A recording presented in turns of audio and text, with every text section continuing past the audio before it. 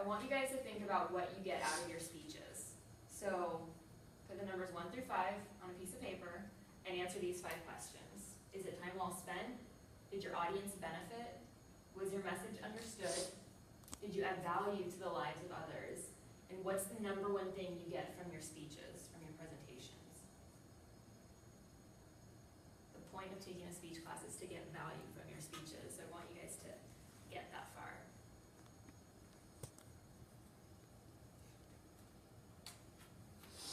And move on to the next. So an overview of this book that we've been using this whole term. First, you have to build a message. Second, I want you guys to feel confident. And then lastly, and this is the most important part, I want you to have fun.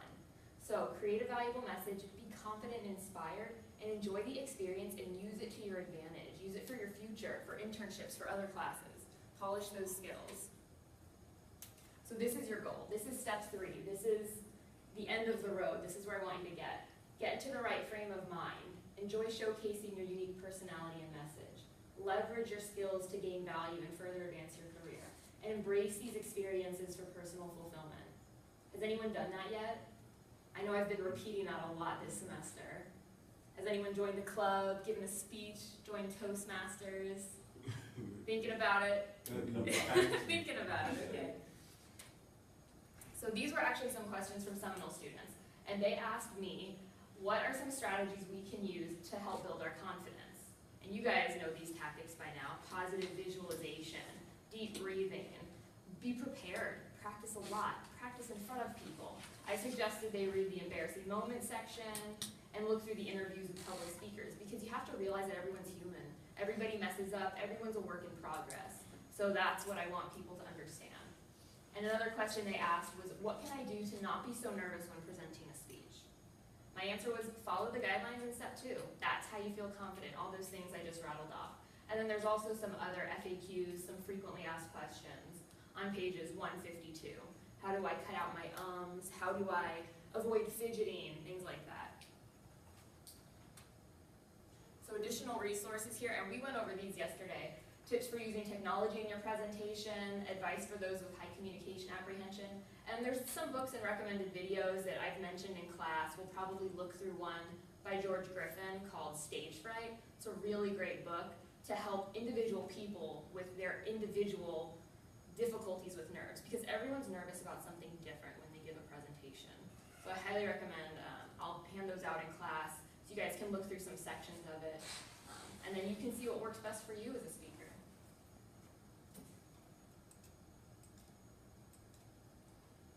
And these are the questions I asked you guys, and you were so helpful with answering. You had such good answers to this, and everyone had different answers. So what did you learn in each section of the book, in steps 1, 2, and 3? What did you learn? How can you apply it to yourself in your speeches? What are the 3 things you can take away from each section, and what was the most interesting and valuable part to you? So for part 1, you said you guys learned the importance of analysis, of analyzing your audience. And the discrimination happens to all types of audience members, not just certain races or age groups. As the speaker, you need to include everyone. Was that a surprise to you guys? Did you ever think about that? I don't think you do. You're like, I have to give a speech. I have to prepare this thing. I don't care there's other people there. I'm nervous they're there, but I'm not considering them as I prepare this. And that's an important thing. Become an other-centered speaker. Concern yourself with the audience rather than yourself. And then someone said, I never understood how important the outline stage was. Was that Joffrey? It was? Okay. So yeah, that's really important. It's important for research purposes, and it's important for organizing your thoughts. How can you apply what you learned to your speeches? Some of you guys said, by analyzing my audience, I can make the speech more interesting to them. I can create a speech that includes everyone. And even if I just jot down some main points, you're on your way, or some ideas, it doesn't even have to be main points. You're on your way to outlining your speech. If you just get to the jotting down stage, it makes life so much easier. What are some things you can take away from this section? I asked you guys to pick 3 each. So I wrote down a number of them. Consider and analyze your audience. Engage your audience. Prepare an outline. Rehearse. The message should have a purpose. That is so important. You can't talk in circles. You've got to define what that purpose is so that you accomplish that purpose in your speech. Plan your content before your introduction and conclusion. Develop purposeful visual aids. And speak about things that you know. Now, did you guys think I was going to tell you that early on in this semester, that I was going to say, if you know a lot about a topic, or you've researched it for some other class, go ahead and give a speech on it? Was that a shock? No? Okay, good. Because I'm a big believer in don't make life so hard on yourself. If you're familiar with it, by all means talk about it. You'll be more comfortable, you'll be more enthusiastic about it. So that's the way I look at it. Now, what did you learn? And this is from step 2, feel confident. It's possible for everyone to increase their confidence. Now, what did you guys think about that early on in the semester? Did you think that was possible? Did you think there were some people who were just a lost cause? Nothing was ever going to help them? Yeah. Did you? But everyone can increase their confidence, right? You guys saw that in this book. And being nervous is completely natural. Fumi, I think you wrote that, right? It's totally normal. You think you're the only person in the room. Absolutely not. And the added adrenaline and energy is there to help you meet the challenge and to present a better speech. That's such good news. Instead of dreading this thing and thinking, I'm so weird, why is my heart beating so loud that I'm sure everybody can hear it, which they can. But you're thinking, I'm nervous, nobody else is, and that's just not true. Record your speech several times as part of the preparation process. Have you guys tried that yet? Yeah. You have? Fumi, I know you said you tried it a couple times. Have you started doing it for your persuasive speech or anything, or not yet? Not yet. How has it worked out for you, Joffrey? For the demonstrative, that's what I use. Oh, okay. And how did that make you feel? Yeah. Did you watch it and say, wow, I'm pretty good? Yeah. Isn't that great? Isn't that a great feeling? Yeah. Oh, the nerves just kind of decrease. That helps a lot. And then another thing, I think this was Fumi, nervous energy can be turned into something positive. People don't, there are different perspectives. Some people say, I get so nervous, I hate it, it makes me angry. Or you can look at your nerves and say, oh, my body's just helping me to meet this challenge. Thank you for helping me, body. So if you look at it that way, it changes things. Another part here in the feel confident section, how can you apply what you learned here to your speeches? So again, since I know nerves are natural, I'm more comfortable presenting. That's got to make everybody feel more comfortable if they're not alone. I know now how to get my nerves to work for me rather than against me. Isn't that a powerful feeling? You know how to use them to your advantage. I have to have less caffeine that day because I'm going to have adrenaline, so I don't have to go for my morning coffee. That's nice, one less thing to do. Got your body working for you instead. I'll record myself more often to see what areas need improvement. And you guys have already started doing that, so that's really good. The last part here, what are some things you can take away from this section? Some of you said prepare ahead of time, understand your fears, and George Griffin's book will help you a lot with that, so we'll talk about that later. Relax before your presentation. You could do meditation. For me, I probably would go on a run or something to get some of that excess energy out. That would be my thing, maybe not meditation, but for a lot of people that works for them, the relaxation. Enjoy what you talk about. That's huge. Be enthusiastic. You'll feel so much better if you have the audience smiling at you. Enjoy what you talk about. We already said that. Know that you are not your audience's biggest concern. How many of you guys stand up here and you think, my audience is hanging on my every word. They're waiting for me to mess up. I know it's going to happen. Now, when you're in the audience, what are you thinking about? Your speech. You're thinking about your own speech. You're thinking, okay, how did that part go again? Oh, I hope I don't miss that part. They are so much more concerned with themselves than you. Now, granted, you should be prepared as a speaker to speak for audiences who are going to be paying to hear your message, but realistically, people are going to zone in and out. So don't be so concerned with being perfect, because they don't expect you to be. Practice for a live audience ahead of time. That's a great thing to do to practice. And it's okay to be an enthusiastic speaker. Now, if you're giving a serious speech, you might not want to be overly enthusiastic, but you can still be dynamic. But it is okay to smile.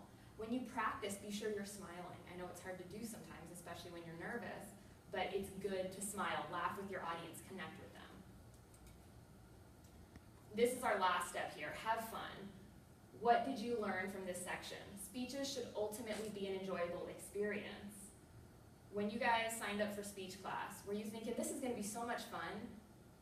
Raise your hand if you thought that it was going to be fun. Yeah? Raise your hand if you thought, this is going to be fun, but I'm also scared. Okay, so we got 2 now. Raise your hand if you thought, there's got to be some way to get out of this. Every single one of you. That's great. So, it should be an enjoyable experience. And I know most speech classes are just, here are the basics, here's how to build it, And here's how to not pass out when you're up there. You're still going to be scared, but here's how to at least survive. I want you guys to thrive. I want you to understand that you can gain a lot from this semester. You can become leaders. You can use this skill to your advantage. Negative thoughts and attitudes during your speech ruins your audience's experience. That's another great thing to have learned from this book. Have you ever seen a speaker get up on stage and they go, oh, darn it, I forgot this part. Oh, I should have practiced more. Have you ever seen a speaker do that? Not professional. Maybe not a professional, maybe a student speaker. And you think, oh, now I feel uncomfortable. I wish you hadn't done that. You want to have a good time too. So they need to not be negative about their speeches because that's a little bit selfish. So concern yourself with your audience more. I showed you guys the Michael Bay clip, didn't I? Oh no, I didn't. I'll show you guys that later today. He must have made that audience so uncomfortable. He walked off the stage, he got nervous, and he left the host in a jam because he just couldn't answer the interview questions. He got scared. So those are the type of things that really make your audience and anyone else involved in the situation uncomfortable. So concern yourself with the audience. Be kind to them. Blow them away. Make their day instead of ruining it for everybody. Even professional speakers can sometimes be pessimistic about their performance. Fumi was so shocked that I did an open mic night and I was so like, oh, that was awful. Bummed, never gonna do it again. But it happens. And like I said, I can show you guys that Michael Bay clip. And there's a lot of other YouTube videos from professional speakers, or at least people in the public eye who you think would be really great with being on stage. And then they just have one moment in their lifetime, and it's captured on camera, where they kind of had a meltdown. It happens to everybody. You need to get into the right frame of mind. That's the final thing here that some of you said.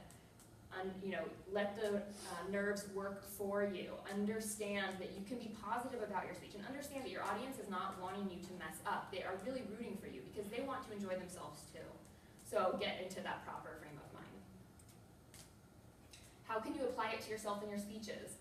Knowing that a speech can be fun will make me feel more relaxed. Did any of you feel that way?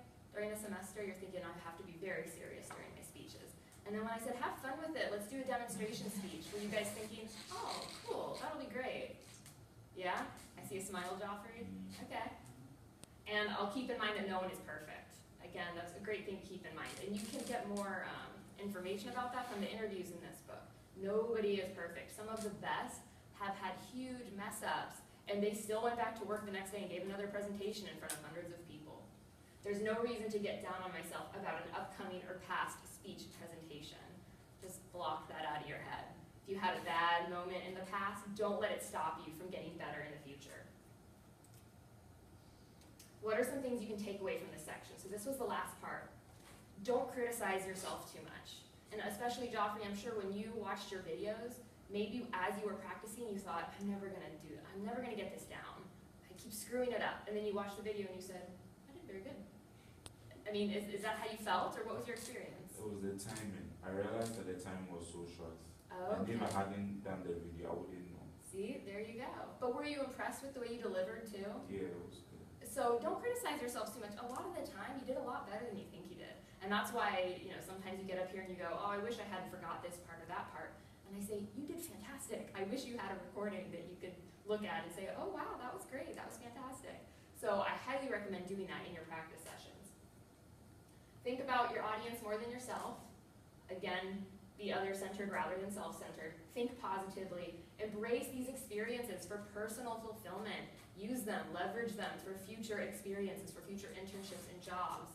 It's okay to smile when presenting and gain something from the experience. That's huge. And I hope by the end of the semester, you guys will have used some of your speaking skills, whether it's in a club on campus, whether you join Toastmasters. In some way, I hope you guys can use this in the near future. So lastly, I want you guys to look back at those questions again. What will you get out of your speeches in the future? I want you to write down these answers. How can it be time well spent?